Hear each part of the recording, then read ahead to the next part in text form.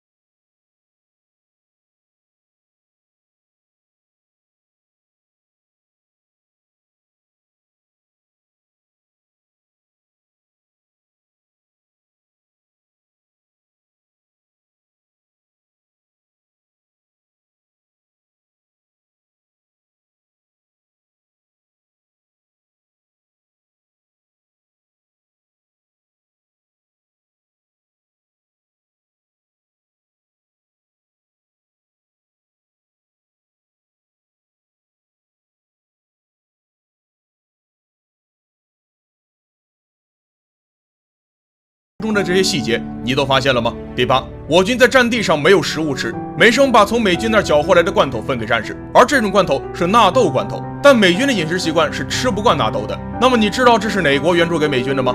在7连3次用无数战士的生命炸毁水门桥后，美军用直升机吊来2座钢桥，恢复了桥面的通行。而能在如此短的时间内做成钢桥再运过来，也只有某国的钢铁集团能够做到。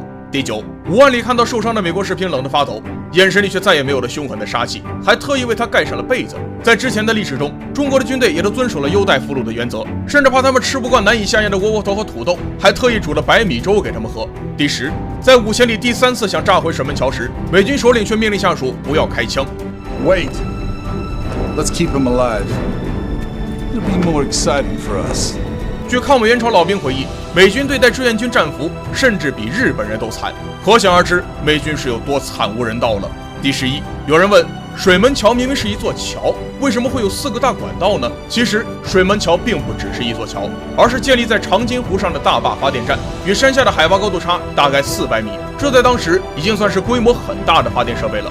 而4个大水管的作用其实是将水引入流到山脚下的水轮发电机，通过地势造成的高低差发电。这时又有人问了，既然钢管是运水发电的，为什么志愿军炸开水管没有水呢？这是因为当时的朝鲜零下30多度，就连长津湖湖面都结了冰，水电站是肯定不能运行的。早在之前，管理员就将水管里的水放干，不然就会导致水管破裂。平和一行人炸开水管突袭也是非常符合历史的。